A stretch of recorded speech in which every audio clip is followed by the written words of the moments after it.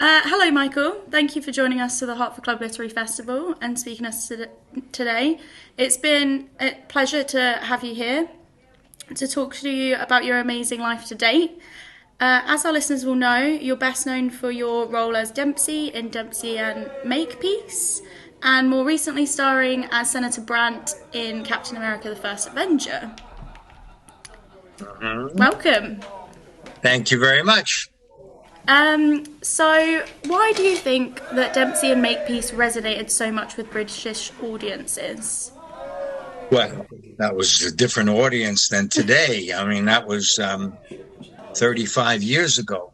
But basically, what makes one cop show different from another, I think it was the chemistry. And the chemistry just clicked at the right time, the right place. There was a show paralleling it in America called Moonlighting with Bruce Willis, Sybil Shepherd. And I think we were first. We were, but they called us the British Moonlighting. And it was that formula, like Lady and the Tramp, Beauty and the Beast. It's classic, and it worked. Perfect. So you're here to talk about your fourth and upcoming book, which is due to be released later on in the year. If we talk Yeah. a bit more about that, you came from a ghetto called Brownsville, Brooklyn. Brownsville Well, has become quite chic now.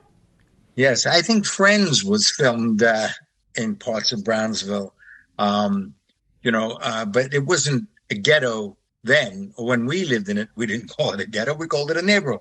It was where we lived, and it was defined kind of like areas of London which really don't have any borders. You can't really tell the difference between Chelsea and Fulham, except if you live there and where it begins and ends. Neighborhoods were defined by um, streets, houses, apartment buildings, street gangs. It was, if you grew up in New York, everywhere else is a small town. It's about survival. And we had, I guess, the common denominator. I once talked to a great architect who had built a building. The mayor asked him to build a building, an apartment building in Brooklyn, where I had come from. And it was a very hard area. And he said, but his award wasn't from the mayor. His award was from the people who lived there, because a year later, there was no graffiti. They took pride in it. And what we had was the stoop, was the common denominator, which each apartment building had, four or five steps up, maybe a little area there where there might be chairs. Neighbors talked to each other, and kids played stoop ball, and it was a way of communicating that kind of we lost these days. A lot of people mostly don't know their neighbors, although we had a block party for the Queen's Jubilee, and all the neighbors came out and everybody was hanging out. It was a great day. That sounds amazing. Um, I know you speak fondly, but did you have any challenges growing up there? And does any of that survival that you spoke about stay with you today? Well, I'm winging this, what you're saying strikes a certain bell. I'm coming to the Hartford Book Festival, and with my work. And that work was years of living and putting into paper, into stories. But when I went to school back there in New York, it was the baby boom time. After the war, so many the soldiers came home, they had children, and the school wasn't big enough to handle, the kids. So they had to break the day into three. So you went to school from 9 to 11, or 11 to 1, or 1 to 3. There were two books, how to read and how to write, and you had to leave them for the other class. So my writing was very, very poor. In fact, it was kind of sideways up. And, you know, to write and to tell a story and to put it down, is really a lot of satisfaction to me, coming from a place where I didn't know if I would be able to learn how to read or write, because of the times and how we were growing up. And I guess that's why you could call it ghetto, because those were unusual circumstances. Interesting. No, you should be very proud of yourself. Thank you. What got you into acting? Well, I couldn't do anything else. I mean, I was kind of caught in between. I was a kid who didn't know where he wanted to go, what he wanted to do. I couldn't find my niche.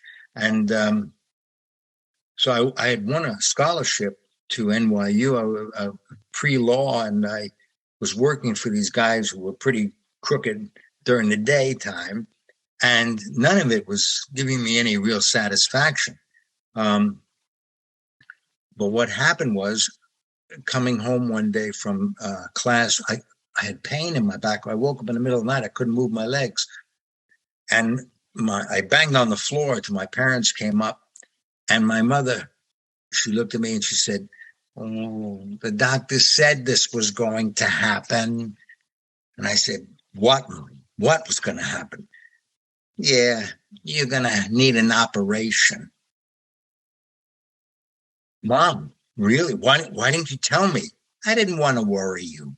Anyway, when I was born, it was a little hole at the base of my spine. And I mean, imagine that he could know that. It was amazing. And I think they could know that today. And he said, when he's 17 or 18, you may need and it was a big operation. Anyway, that was a timeout, like an off-ramp, an exit road. It was like stopped everything. And I knew I didn't want to continue with what I was doing. And as a patient limping along the hall, I met this girl. And we had a drink, we sat, we talked, and I was telling her how lost I felt. And she was laughing. And I looked at her and I said, "What's so funny?" She said, "Oh, you are. You're very funny." I said, "You think this is funny?" She said, "You should be a comedian or an actor." And it was like, "What?" Light bulb moment.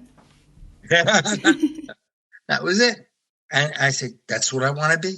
That's what I want to be." And, and that's part of my book is what happened from that wrong moment, So, yeah, where it went to 50 years in the business. Well, it sounds like you've had a very interesting life. I can't tell you how genuinely thrilled we are to have you at the Hertford Club Literary Festival and to have you headlining. We're looking forward to hearing about your amazing life journey in more detail and giving you the warmest of welcomes. Well, I'm very excited to be coming up there. I'm really chuffed, and I look forward to it. And I hope that everybody will be happy and will receive it.